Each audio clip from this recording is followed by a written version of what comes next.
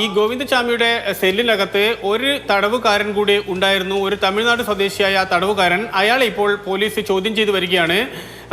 പക്ഷേ ഈ ആദ്യഘട്ട ചോദ്യം ചെയ്യലിലെല്ലാം തന്നെ താൻ ഒന്നും അറിഞ്ഞില്ല, തനിക്കൊന്നും അറിയില്ല എന്ന വിവരമാണ് ഈ തടവുകാരൻ, സഹതടവുകാരൻ പോലീസിനോട് പറഞ്ഞിട്ടുള്ളത്. ഒരുപക്ഷെ അയാൾക്ക് അറിയാം, അല്ലെങ്കിൽ പൂർണ്ണമായും അറിയില്ലായിരിക്കാം എന്ന് തന്നെയാണ് പോലീസ് കരുതുന്നത്. ഏതായാലും അന്വേഷണം ആ നിലക്കാണ്. എവിടെന്നെങ്കിലും വിവരം ലഭിക്കുന്നുണ്ടോ, അല്ലെങ്കിൽ ആരെങ്കിലുമായി ഇയാൾ സംസാരിക്കുന്നുണ്ടോ എന്നതുൾപ്പെടെയുള്ള കാര്യങ്ങളെല്ലാം തന്നെ ഈ സഹതടവുകാരനിൽ നിന്ന് പോലീസ് ചോദിച്ച് അറിയുന്നുണ്ട്.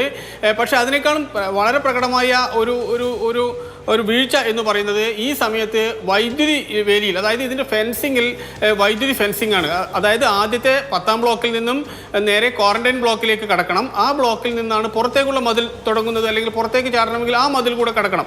ആദ്യത്തെ മതിൽ സ്വാഭാവികമായും ഈ ബക്കറ്റും അതിൻ്റെ വീപ്പകളൊക്കെ ചേർത്ത് വെച്ച് അതിന് മുകളിലൂടെ കയറി രക്ഷപ്പെട്ടു എന്ന് കരുതാം. അത് സ്വാഭാവികമായും നടക്കാൻ സാധ്യതയുള്ള ഒരു കാര്യമാണ്. ഒരുപക്ഷെ ഒരാൾ ശ്രമിച്ചാൽ നടക്കുമായിരിക്കാം. രണ്ടാമത്തെ കാര്യമാണ് പക്ഷേ ഗുരുതരമായത്, അതിനപ്പുറത്തേക്ക് ഈ ഇലക്ട്രിക് ഫെൻസിങ് എങ്ങനെയാണ് ഇതിൽ വൈദ്യുതി ഓഫായത് എന്ന കാര്യം വളരെ ഗൗരവത്തോടു കൂടി തന്നെ കാണേണ്ട ഒന്നാണ്. ആ വൈദ്യുതി ലൈൻ ഉണ്ടായിരുന്നെങ്കിൽ, അല്ലെങ്കിൽ ഈ ഫെൻസിങ്ങിൽ ഈ മതിലിന് മുകളിലുള്ള ആ വേലിയുടെ മുകളിൽ വൈദ്യുതി ഉണ്ടായിരുന്നെങ്കിൽ ഒരു കാരണവശാലും ഗോവിന്ദചാമിക്ക് പുറത്തേക്ക് ചാടാൻ വേണ്ടി കഴിയില്ല. കാരണം അതിൻ്റെ രണ്ട് ഭാഗവും അകത്തേക്കും പുറത്തേക്കുമായി വളച്ചു കെട്ടിയ രീതിയിലുള്ള ഒരു പ്രത്യേക സംവിധാനത്തിലാണ് അത് ചെയ്തിരിക്കുന്നത്.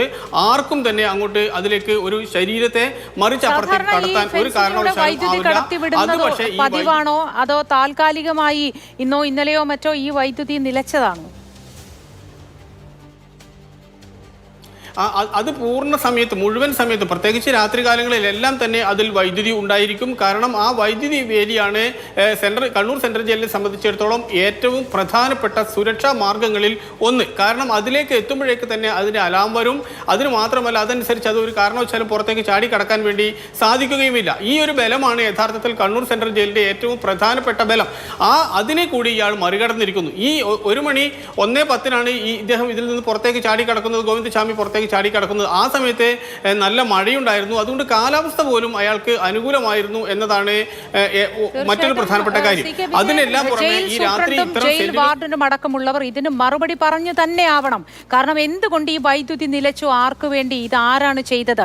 കൂടെയുള്ള സഹതടവുകാരെ പീഡിപ്പിച്ച് അവരിൽ നിന്നും വിവരമൊന്നും ലഭ്യമായില്ല എന്ന് പറഞ്ഞ് കൈ കഴുകാൻ മാത്രം അനുവദിക്കാൻ പാടില്ലാത്തൊരു സംഭവമാണിത്. ഗോവിന്ദചാമിയെ പോലെ ഇത്ര ക്രൂരനായ ഒരാൾക്ക് വേണ്ടി എന്തിനിവരിത് ചെയ്തു എന്നത് വ്യക്തമാക്കുക തന്നെ വേണം. ഇതിന് പിന്നിൽ എന്ത്? ഈ ഘട്ടം വരെ നമ്മൾ നേരത്തെ ചർച്ച ചെയ്തതുപോലെ ഒരു അലഞ്ഞു തിരിഞ്ഞ് നടക്കുന്ന യാചകനായ ഗോവിന്ദചാമി എന്ന ഒരു വിവരമാണ് നമുക്കൊക്കെ ലഭ്യമായിട്ടുള്ളത്. അങ്ങനെയെങ്കിൽ എവിടെ നിന്നാണ് ഈ ഗോവിന്ദചാമിക്ക് നിയമയുദ്ധം നടത്താൻ, നിയമ പോരാട്ടം നടത്താൻ ഇത്രയധികം പണം ലഭ്യമായത്? എന്ത് പിന്തുണയാണ് കിട്ടിക്കൊണ്ടിരുന്നത്? ജയിലിനുള്ളിൽ എല്ലാ സൗകര്യങ്ങളും ഒരുക്കി നൽകിയത് എന്തുകൊണ്ട്? തുടങ്ങിയ കാര്യങ്ങൾ വ്യക്തമാക്കുക തന്നെ വേണം. ഇതൊന്നും ഈ നിമിഷം വരെയും ഒരാളും അന്വേഷിച്ചിട്ടില്ല നമ്മുടെ അറിവിൽ, അല്ലേ? തീർച്ചയായും അതെ. ഇത്തരത്തിലൊരു വീഴ്ച ഉണ്ടായപ്പോൾ മാത്രമാണ് ഇതിൻ്റെ പിന്നാമ്പുറങ്ങളിലേക്ക് അന്വേഷണം നടക്കുന്നത്. അവിടെ ജീവനക്കാർ കുറവായിരുന്നു എന്നതൊരു ഒരു കാരണമായി വേണമെങ്കിൽ പറയാം. പക്ഷേ കണ്ണൂർ സെൻട്രൽ ജയിലിനെ സംബന്ധിച്ചിടത്തോളം താൽക്കാലിക ജീവനക്കാരെ നിയമിക്കുന്നതിനോ മറ്റു കാര്യങ്ങളെ നിയമിക്കുന്നതിനോ തന്നെ സാമ്പത്തികമായി പോലും ഒരു പ്രയാസമുള്ള ജയിലല്ല. കാരണം ഈ ചിപ്സും അതോടൊപ്പം തന്നെ ബിരിയാണിയും അത്തരത്തിലുള്ള സാധനങ്ങളെല്ലാം തന്നെ വിൽപ്പന നടത്തുക വഴി കോടിക്കണക്കിന് രൂപയുടെ ലാഭം, ആ വാക്ക് ഉപയോഗിക്കുന്നത് ശരിയാണെന്ന് എനിക്കറിയില്ല, പക്ഷേ എങ്കിൽ കൂടിയും അത്തരത്തിൽ കോടിക്കണക്കിന് രൂപയുടെ ലാഭം ഉണ്ടാക്കുന്ന ഒരു സ്ഥാപനമാണ് കണ്ണൂർ സെൻട്രൽ ജയിൽ. അതുകൊണ്ട് ഗവൺമെന്റിന് ഏതെങ്കിലും രീതിയിൽ അവിടെ സുരക്ഷാ ക്രമീകരണങ്ങൾ വർദ്ധിപ്പിച്ചതിന്റെ പേരിൽ വലിയ സാമ്പത്തിക ബാധ്യത ഉണ്ടാകും എന്ന് പറയുന്നതും യാതൊരു അടിസ്ഥാനവുമില്ല. അത്രമാത്രം പണം, എനിക്ക് തോന്നുന്നു ഓരോ വർഷവും 4-5 കോടി രൂപ ലാഭത്തിൽ പ്രവർത്തിക്കുന്ന ജയിലാണ് കണ്ണൂർ സെൻട്രൽ ജയിൽ. ഒരുപക്ഷെ ഇപ്പോൾ അതിന്റെ തുക കൂടുകയല്ലാതെ കുറയാൻ യാതൊരു സാധ്യതയുമില്ല.